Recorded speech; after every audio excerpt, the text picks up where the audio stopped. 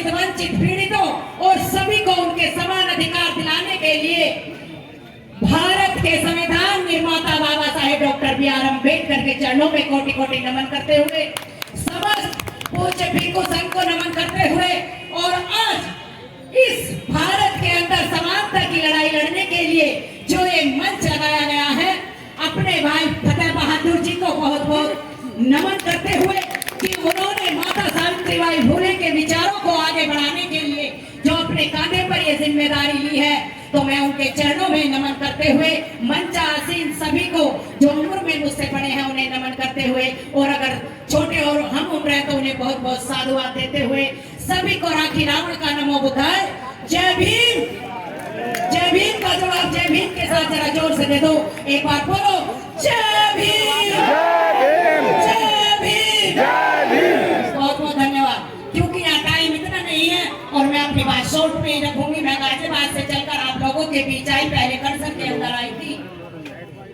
Hello. माता सावित्रीबाई फुले की जयंती आज मनाई जा रही है। 3 जनवरी 1831 को उनका जन्म हुआ, लेकिन महिलाएं यहाँ बहुत बड़ी संख्या में हैं, तो मैं उनके संघर्ष से जुड़ी थोड़ी सी बात आप लोगों को जरूर बताकर जाऊंगी कि अगर माता सावित्रीबाई फुले कर सकती हैं तो फिर आप भी कर सकते हो और हम भी कर सकते हैं। माता सावित्रीबाई फुले को इस भारत की मनुवादी व्यवस्था के कारण पढ़ने का अधिकार नहीं था।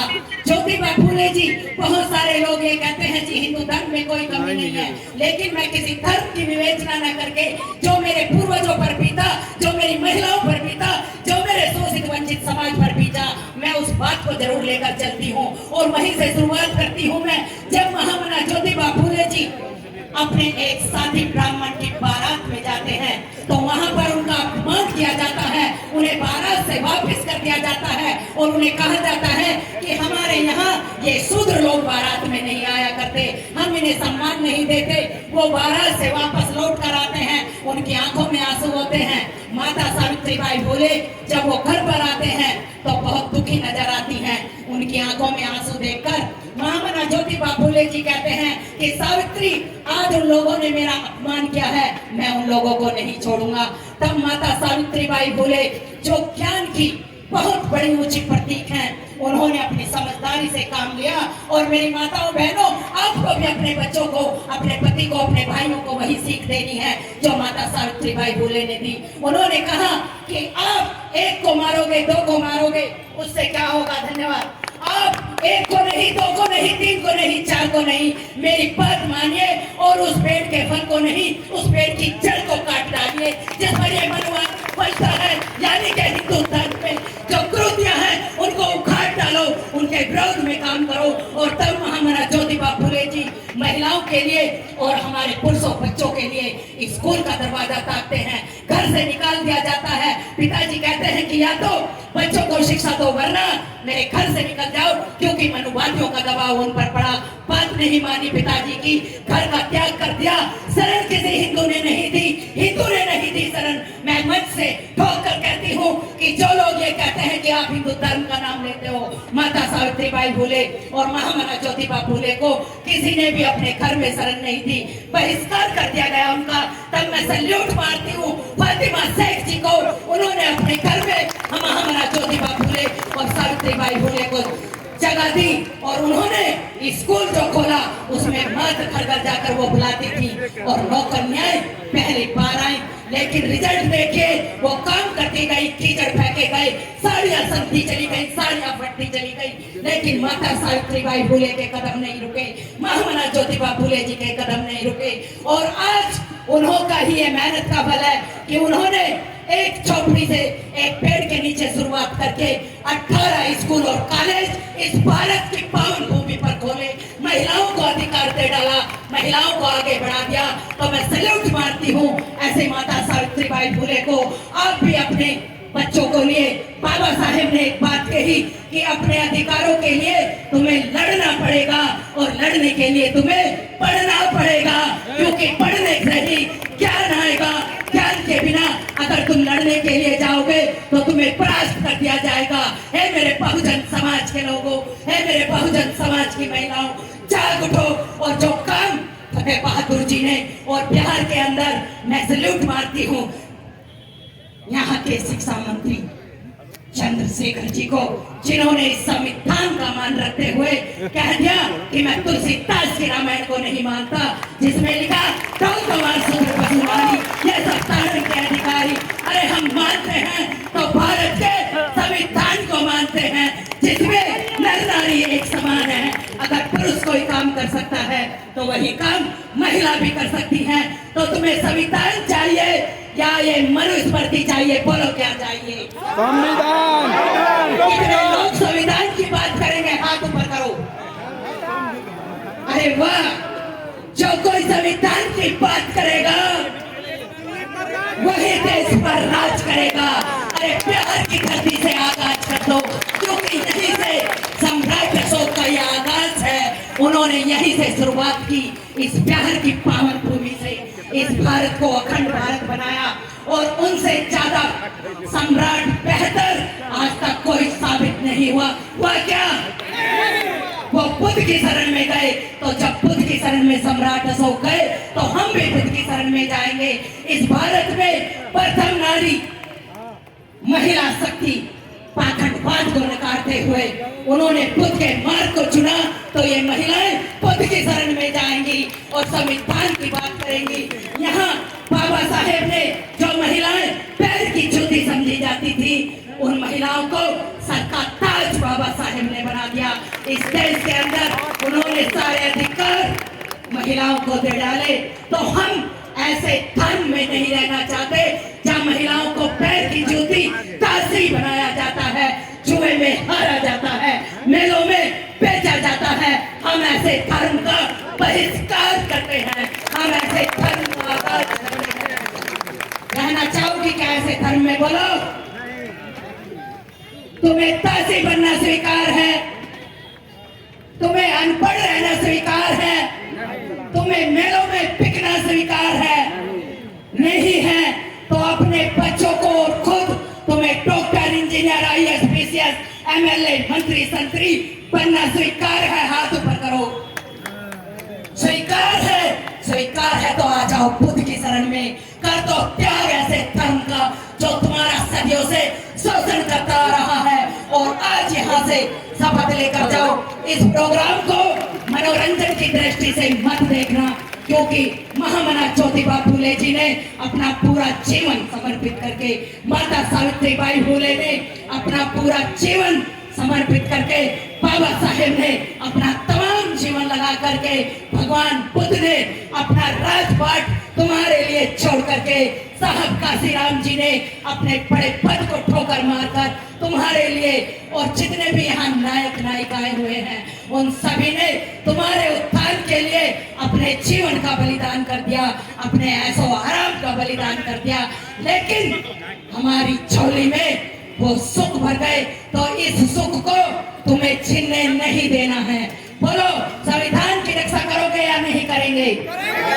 आज संविधान खतरे में है। ये तानाशाही सरकार आपके अधिकारों को छीनना चाहती है। संविधान बचाओ, देश बचाओ। देश बचाओ, देश बचाओ। संविधान बचाओ, अपनी पीढ़ियों का भविष्य बचाओ। संविधान बचाओ, इस भारत के अंदर सत्ता, स्वतंत्रता, न्याय, भाईचारे का पैगाम लाओ। हमें किसी से कोई ईर्ष्या नहीं, कोई द्वेष नहीं। अरे आ जाओ भगवान बुद्ध के धर्म में, आ जाओ वैज्ञानिक धर्म में। हम इसमें विश्वास नहीं करते कि हनुमान जी सूर्य को कटक गई, हम नहीं करेंगे। जो कोई करे करे, लेकिन हम इस पर विश्वास नहीं करेंगे। हम इस बात पर विश्वास करेंगे कि पूरे संसार में सूर्य नाम का एक ही ग्रह है और वो पृथ्वी से 13 लाख गुना बड़ा है। उसके अंदर बहुत आग है, उसे कोई भस्म नहीं कर सकता। अरे कोई ये तो पूछे कि जब हनुमान जी उसे मुंह में दे रहे थे तो हनुमान जी कहाँ खड़े थे? सोचने का काम कौन करेगा? कौन करेगा सोचने का काम? इसलिए जो ये लिखा है, बहुत बहुत धन्यवाद। मंदिर का मतलब बोलने दो। अरे बोलो, सामने लिखा है, क्या डर है? मंदिर का मतलब मानसिक गुलामी का मार्ग है। मंदिर का मतलब मानसिक गुलामी और शिक्षा का मतलब प्रकाश का मार्ग। प्रकाश का मार्ग। तो जो यहाँ पर लिखा है, जो इनाम तो कह दिया कि फतेह बहादुर जी की जेब काट डालेंगे, 10 लाख रुपए दो। अरे किसी में ताकत है कि कोई फतेह बहादुर जी के पास तक भटक जाए? अरे आकर तो देखो जरा, कितने लोग पहचान के जवाब देंगे। और हर एक आदमी की जवान पर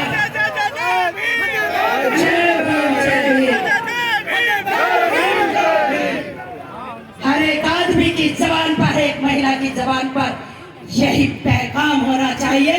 मंदिर का मतलब मानसिक गुलामी, शिक्षा का मतलब अंधकार से प्रकाश की ओर। अरे हिला दो इस सरकार का तख्ता और बना लो अपने बहुजनों की सरकार।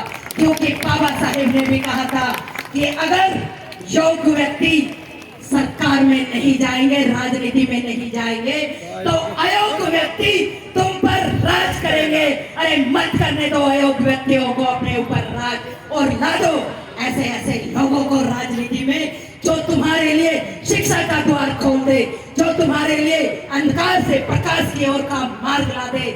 और जहां मैं जिस स्टेज से, जिस घर में बाबा साहेब भी कहते हैं कि मैं किसी घर की उन्नति उस घर की महिला से आता हूँ, मैं किसी समाज की उन्नति उस समाज की महिलाओं से आता हूँ, और मैं किसी देश की उन्नति उस देश में रहने वाली महिलाओं से आता हूँ।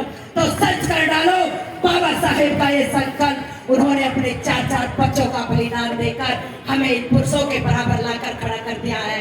तो क्या तुम ये कहना चाहती हो कि महिलाओं में बुद्धि नहीं होती, वो इनसे कम होती हैं? क्या महिलाएं काम नहीं कर सकती? बोलो, कर सकती हो या नहीं कर सकती? अरे महिलाएं घर भी संभाल सकती हैं और ऑफिस में भी जाकर काम कर सकती हैं। महिलाओं में दुगनी ताकत पुरुषों से बराबर मैं मानती हूँ, क्योंकि महिलाएं जिस तरीके से घर को मेंटेन करती हैं और बाहर का भी काम देखती हैं, ये पुरुष नहीं कर सकते। महिलाओं की भागीदारी बोलने के लिए फतेह बहादुर जी ने बराबर से चला रखी है। तो मैं एक बार में सैल्यूट मारती हूँ कि यहाँ महिलाओं के साथ कोई भेदभाव नहीं किया गया, और जिस मंच पर किया जाएगा मैं तो वहां चुपचाप बैठूंगी नहीं, क्योंकि अभी तक ना मैं किसी संगठन से जुड़ी हूँ, लेकिन बाबा साहेब के मिशन के लिए मैंने अपना जीवन समर्पित कर दिया है। मैंने बहुत सारी मीटिंग गांव-गांव, शहर-शहर जाकर ले ली है, छोटे-छोटे कैडर करके अपने समाज के इन बहुजनों को जगाने का काम मैं करती हूँ। और जब तक ये मेरी सांस है मैं करती रहूंगी, और संविधान के प्रति, बाबा साहेब के प्रति, महामना ज्योतिबा फूले जी के प्रति और माता सावित्रीबाई फूले के प्रति अपनी सच्ची, लोग कहते हैं कि श्रद्धांजलि देते हैं, नहीं, मैं अपने सच्ची उन्हें जीवन का अंश देती हूँ, अपनी सांसों का अंश देती हूँ। और सच्चे दिल से ये कहती हूँ कि उन्होंने बच्चे, माता सावित्रीबाई फूले के बच्चे नहीं हुए, लेकिन जब एक गरीब विधवा, क्योंकि मैं तो इस नर्क में धर्म को कहती हूँ, इस नर्क में धर्म में किसी विधवा को भी जीने का अधिकार नहीं था। पति के साथ सती कराना इन्होंने अपना धंधा समझ रखा, पारंपरिक परंपराएं बना दी। और जब वही एक ब्राह्मण महिला, उसका पति मरा, वो मरने के लिए जा रही थी, तो माता सावित्रीबाई फूले ने उस महिला को रोका और उसकी जान बचाई। और उसने कहा कि मेरे बच्चे का क्या होगा, लोग मुझे जिंदा नहीं छोड़ेंगे, इस धर्म में मुझे जिंदा रहने का अधिकार नहीं है। माता सावित्रीबाई फूले ने कहा कि मेरे रहते हुए कौन तुम्हारी हत्या करेगा, मैं तुम्हारे बच्चे को पालूंगी। और वही बच्चा आगे चलकर माता सावित्रीबाई फूले ने उस बच्चे को पाला, उस महिला को शरण दी, और वो बच्चा आगे चलकर एक डॉक्टर बना। माता सावित्रीबाई फूले का नाम रोशन किया, महामना ज्योतिबा राव जी का नाम रोशन किया। तो हम ऐसे महामानवों के रास्ते पर चलकर अपने इस सर को झुकाए, उनसे कुछ सीख लेकर जाए। और यहाँ जितने भी लोग मुझे सुन रहे हैं, शायद टाइम हो गया है, नहीं बोलिए,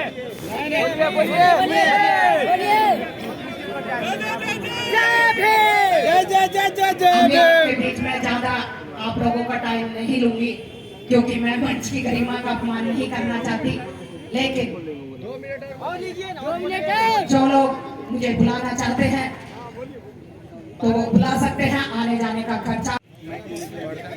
साहब काशीराम जी ने जो राजनीति में मेहनत की, ऐसी ही मेहनत बाबा साहेब ने लंदन के अंदर की। बहुत बहुत धन्यवाद। बाबा साहेब जब लंदन के अंदर हमारे लिए अधिकार मांगने के लिए गए, तो यहाँ से जो लोग गए, जो ये चाहते थे कि इस देश के 85% लोगों को, यहाँ के जो 85% लोग हैं, ये जो बहुजन लोग हैं, SC ST OBC माइनॉरिटी के लोग हैं, तो इनको वोट का अधिकार नहीं मिलना चाहिए। इनको वोट का अधिकार नहीं मिलना चाहिए, क्योंकि वो लोग ये चाहते थे कि ये डॉक्टर अंबेडकर वहां जाकर क्या बोलेगा, जितने भी अधिकार हैं अंग्रेजों से हम लेंगे। अरे डॉक्टर अंबेडकर तो 4 दिन की चांदनी है और फिर अंधेरी रात है, लेकिन वो नहीं जानते थे कि डॉक्टर अंबेडकर तुम्हारे बाप का भी बाप है, इसलिए बाबा साहेब उनका नाम है। बाबा साहेब जब इन लोगों ने कहा कि राजनीति में जाने का अधिकार केवल उन लोगों को मिलेगा जिसके पास शिक्षा होगी, संपत्ति होगी, जायदाद होगी, तो बाबा साहेब ने कहा कि अच्छा, ये भारत तुम्हारे बाप की प्रगति है। क्या समझते हो कि SC ST OBC के लोग शिक्षा राजनीति से बाहर हैं, इन पर सदियों तक तुम ही राज करते रहो। तो बाबा साहेब ने शेर की दहाड़ में एक बात वहां पर कही कि नहीं, ये लोग गलत डिमांड कर रहे हैं। राजनीति में जाने का अधिकार उन्हें नहीं होगा जिसके पास शिक्षा या जायदाद नहीं होगी। इसका मतलब 15% लोग 85 पर राज करेंगे, ये डॉक्टर भीमराव अंबेडकर कभी होने नहीं देगा। अरे भारत में रहने वाले प्रत्येक नागरिक को वोट डालने का अधिकार होगा, राजनीति में जाने का अधिकार होगा, जो भारत का नागरिक होगा, जिसकी उम्र 18 साल होगी। बाबा साहेब ने तुम्हारे लिए लंदन में ये दरवाजा खुलवा दिया, और हमारे लोग, ये बहुजन लोग जिस बात को तिलक ये कहते थे कि ये पान तीली सिगरेट बेचने वाले लोग राजनीति में जाकर क्या करेंगे। अरे तिलक तुम भी आकर देख लो कि बाबा साहेब की बदौलत ये फतेह बहादुर जैसे लोग राजनीति में जाकर तुम्हारे ही जड़ काट रहे हैं और यहाँ शासन कर रहे हैं। इसलिए हमें जवान दी संविधान ने, हमें ताकत दी संविधान ने, दिया नहीं दी। बोलो दिया नहीं दी, तो चौक से बोलो, हम इस देश के शासक हैं, हम इस देश के मूल निवासी हैं। हम यहाँ पर दूसरों की गुलामी नहीं सहन करेंगे, नहीं सहन करेंगे, नहीं सहन करेंगे। हम समता मूलक समाज की स्थापना के लिए, बोलो, हम समता मूलक समाज की स्थापना के लिए इस संविधान को बचाने का हर समय काम करेंगे, हर समय काम करेंगे। इस पर आँच नहीं आने देंगे, इस पर आँच नहीं आने देंगे। हम अपनी पीढ़ियों को गुलाम नहीं बनने देंगे, गुलाम नहीं बनने देंगे। बात को ध्यान से सुना, जब कभी बुलाओगे तो मैं फिर आपके